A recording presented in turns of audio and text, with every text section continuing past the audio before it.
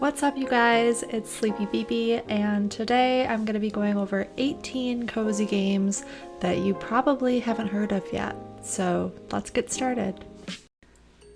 Up first is Mika and the Witch's Mountain, a fantasy adventure about an aspiring witch who delivers packages to the townspeople of a small island. Think Studio Ghibli meets Cozy Life RPG. You'll play as Mika, a red-haired young witch, and if you complete deliveries successfully, you'll increase your relationship with the townsfolk. I've been looking forward to this one for a while. It looks like a nice cozy game to wind down with, and it plans to release on all platforms sometime this year. Fingers crossed. Up next, we've got Moonlight Peaks, a vampiric farming sim. You'll play as a vampire who can even unlock the ability to shapeshift into a cute little bat. The casual farming RPG will feature potion making, spellcasting, and a cozy little town where you can befriend or romance werewolves, witches, and mermaids. The game is still really early in development, but there's said to be mini-games, seasonal events, cooking, and a story filled with ancient secrets. There's bound to be tons of new information throughout development, and so far I'm really intrigued by it and I can't wait to hear more.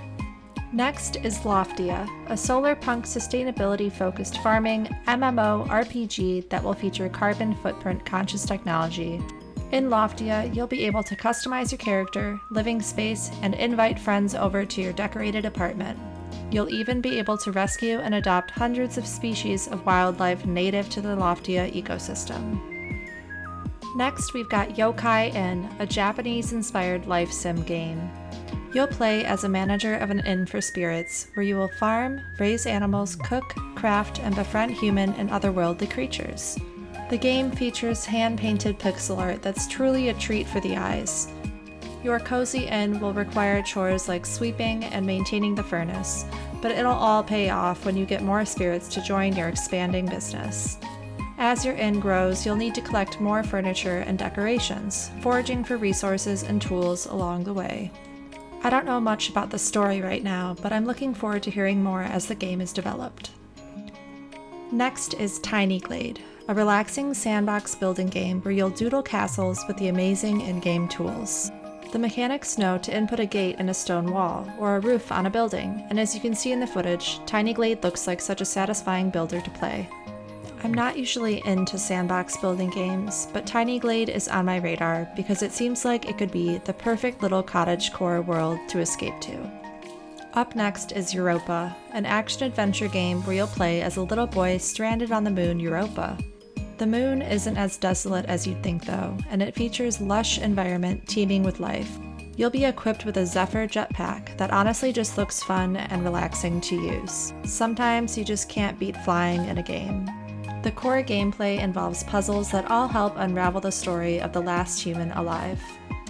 Next is SpirtTea, which is sort of in the realm of the aforementioned Yokai Inn, because you'll be managing a bathhouse for spirits. The story opens up with your character drinking tea that allows them to see and speak to spirits. You'll help the spirits remember who they are and relocate their lost treasures. You'll have to keep up with chores around the bathhouse like cleaning towels, sweeping cobwebs, and of course, keeping the spirits happy. Farming RPGs are great and all, but it's nice to have games like SpirtTea to look forward to that bring something a little different to the cozy genre. Up next is Gourdlets, a relaxing city builder that features cute little creatures called Gourdlets. The game has a demo out now, so you can tinker with the objective-free game. In Gourdlets, your goal is to simply relax and expand the town however you'd like. The little creatures will react to everything you add and do, so you can have some fun watching their reactions around town. You might spot them fishing, reading the newspaper, or maybe even building a sandcastle.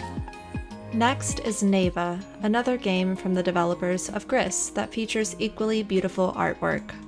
There's no gameplay footage out right now, but the trailer looks stunning, and it features a heartbreaking story of a young woman forming a lifelong bond with a wolf.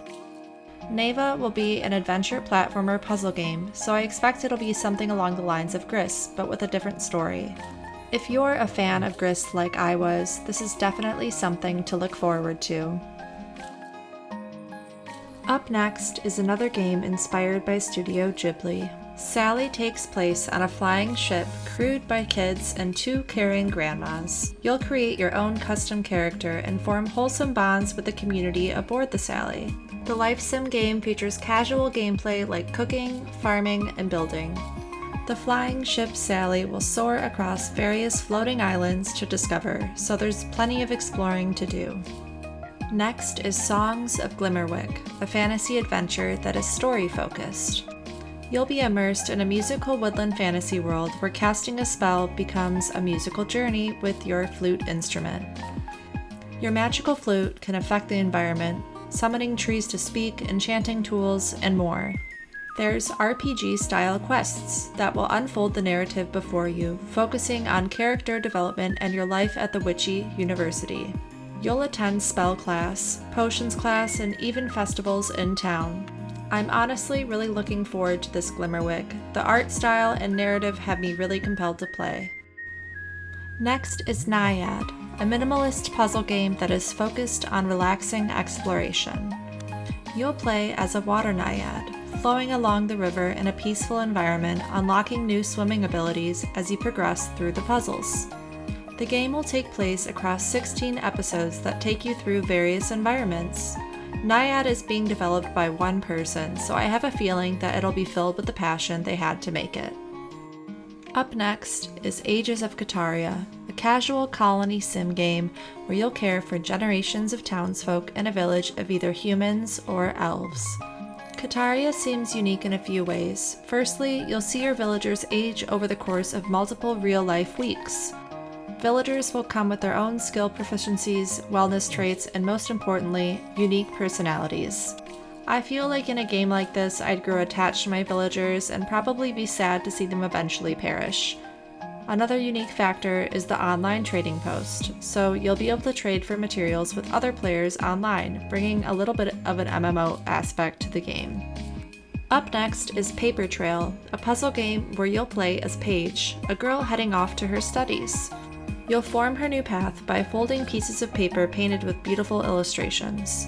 The puzzle mechanics seem truly unique, and I'm looking forward to it. Next is Unpetrified, a casual narrative-driven adventure game where you'll play as a stone golem. The world of Unpetrified looks like a vibrant and lively world, where you'll meet wildlife and solve puzzles across the landscape. Unpetrified promises a cozy experience with no combat, no text or dialogue, so that you can sit back, relax, and enjoy the ambiance. Next is Camper Van Make It Home, an upcoming mobile game. It's the only mobile game on this list, but it fits the cozy narrative so well I had to include it. Camper Van is inspired by the game Unpacking, so you'll be customizing the interior of a camper van by relocating and displaying objects.